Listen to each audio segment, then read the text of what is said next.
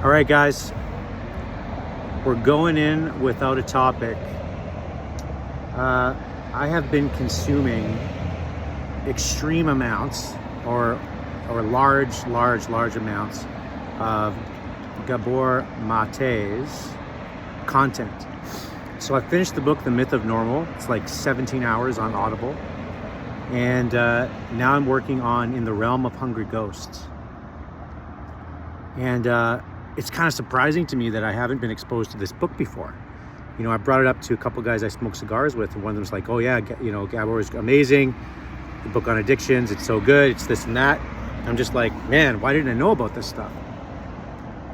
And so far, it's just been completely enlightening. Understanding how the child is formed in the womb, right? And how human children are 90% psychologically formed by age 3, but only 18% physically formed, right? So their needs, which are met or not met, their emotional response systems, you know, the idea of like the opium system in your mind, the dopamine system, and then the regulator that regulates all that, right? The thing that says you should do this or you shouldn't do that, oversimplification, that's all developed in the first 3 years of your life. So if you look at a common theme, at least among the most heavily addicted, so let's say all these people that are on the streets doing heroin or doing crystal meth or whatever they're doing, it's almost universal that these people experienced extreme forms of underdevelopment when they were small, when they were children, or even abuse, right? Just neglect, abuse. And so when the synapses or when the things that fire your brain aren't optimally formed, what do you think happens? Well, you're unable to regulate the pleasure and pain pathways.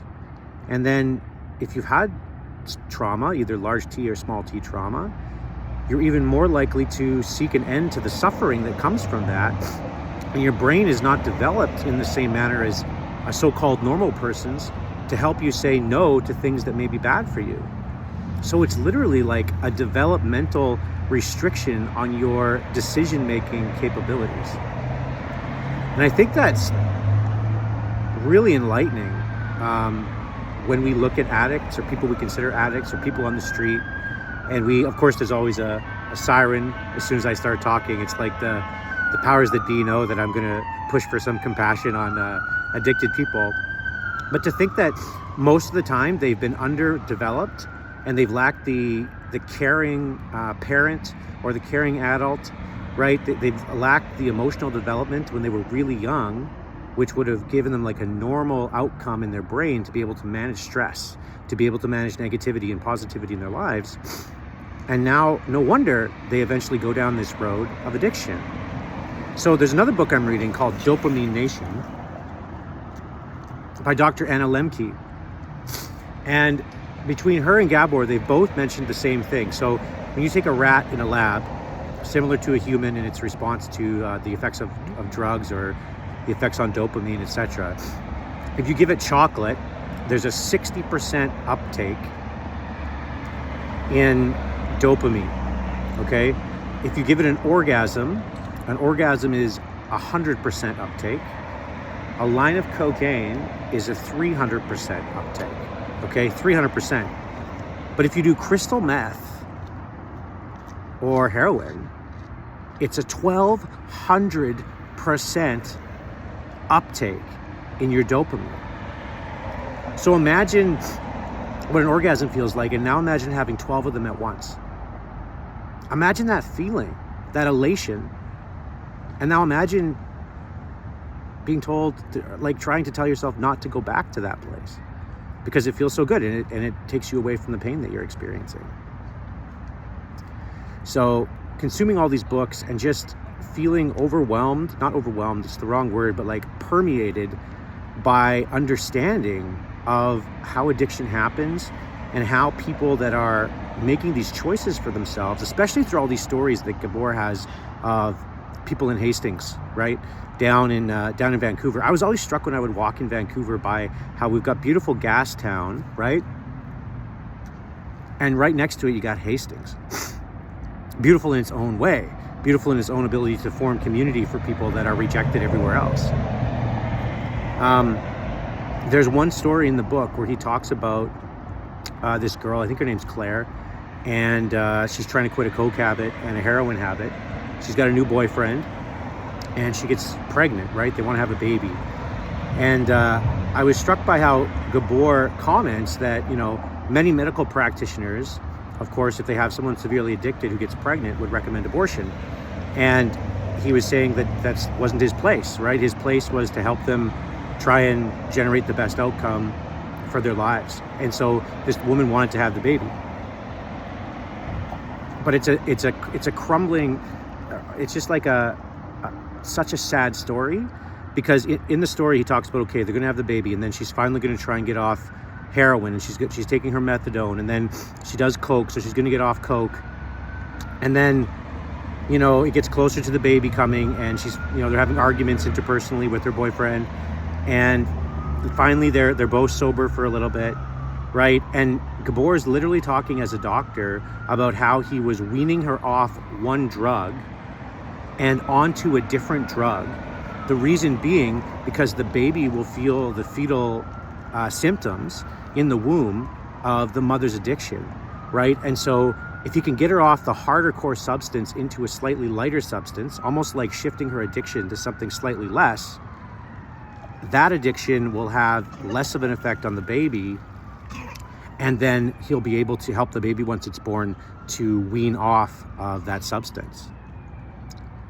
And I was just struck by the story of like the humanity within what everyone avoids, and not only the humanity, but like all these black and white ideas we have about right and wrong, and they're very valuable in some contexts, but in other contexts they're just not, and so there's just like this true beauty in this woman, Claire, wanting to have a baby, wanting to find love, and finding it temporarily, as we all do sometimes, temporarily. And then the baby's born and it's taken away, and I know I'm smiling, but like I could cry, right? Like I'm sitting on my balcony listening to this story, and here's this addict lady, I wish there was a better word, I like to shift word, this struggling lady, Claire, and she can't keep her baby, and the baby, eventually lives with the boyfriend, and then the boyfriend starts drinking again. He was an alcoholic in remission, and then the baby's put into foster care. And so look at this story and how it's a cycle, right? Because now this baby who was addicted in the womb, right, to this substance that was slightly less than heroin, is now in foster care.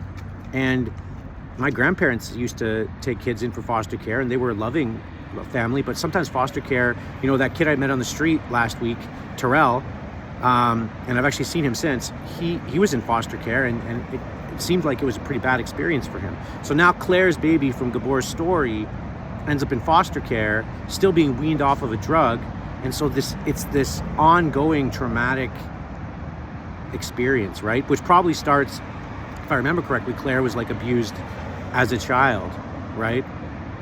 And anyway, you got to read these books, In the Realm of Hungry Ghosts. If you think that, the current government's Intervention Act makes full sense, I would encourage you to read this book, In the Realm of Hungry Ghosts. And again, I don't want to be political, but our solutions are not holistic enough.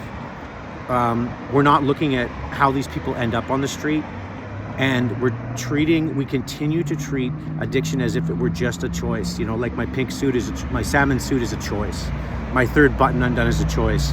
These AirPods are a choice. And it's like addiction along a spectrum is less and less and less and less and less and less of a choice. And it's a way to escape suffering, and it's a way to not feel. And if you had these traumatic feelings that these people have, surely you would be seeking to exit them too. And maybe one of those options for you would be one of these substances, which does it so quickly. Again, crystal meth, heroin, 1,200% of normal dopamine. 100% is an orgasm, 12 orgasms, right? And so that elation, and don't think of that sexually as much as just like good feelings all at once. So I'm just learning so much more, probably about compassion for myself and the addictions I suffered, and a compassion for others, and just wondering, like, what can we do to help people truly and fully. And I think, listening to Gabor's stories about addiction in Vancouver, it's like we got to approach people where they're at every single time. And that's a concept we learned over the years. You talk about like religion and like preaching about Jesus, and like Jesus met people where they were at, right? He did. Like, look at the Bible, man. Like, he met people where they were at and loved them where they were at, right? And if we aren't able to do that, I don't think we can properly treat them like humans and help them get the help they need. So I have a lot more thoughts on this, but just popping in. Sober Open Walsh. You got to read the book In the Realm of Hungry Ghosts. And the biggest thing to understand, it's so enlightening, and I've been really enlightened on, I keep mentioning this, but the experience of Indigenous Canadians and how many things in their lives have coalesced or come together to create trauma, and then of course they end up addicted at a higher percentage. Of course they end up incarcerated at a higher percentage. And there's even some really enlightening stuff about just what women go through in our society and how they end up with more autoimmune disorders. So I've got lots of thoughts, but really just understanding, like, this could be you on the street, because that's how we're all wired. Like, if we aren't properly developed when we're small, like really, really small, with the there's 3 levels. I think it's the opium, I'm not saying the word right here, potentially, dopamine, and then the yes or no judgment receptors in our brain that kind of stand guard to the dopamine, etc. So, man, these are my thoughts. And sobriety is truly just the gift of now. Sobriety is really the gift of now. I keep thinking of how to define sobriety, and more and more I'm like, it's the gift of being yourself, but it's really just the gift of sitting in the now. So you sit with your suffering, you sit with your pain, you sit with your stress, you sit with your happiness, you sit with your sadness. You feel more elated than you ever have before, because your emotions start to regulate a few months after sobriety. And so good things are better. Hard things feel harder, but they aren't actually harder. They're just the same, but your feelings are so much more real. So, if you want to connect, anyone who wants to connect and talk about sobriety, if you have a family member that potentially you wanted to send my way that has either maybe some sort of addiction related questions, or even if you yourself have a child or something and you're not sure how to approach them about addiction, reach out to me. I would be happy to go for coffee, meet up, and just kind of discuss my experiences and whether they could be helpful for you. Sober Open Walsh. Cheers.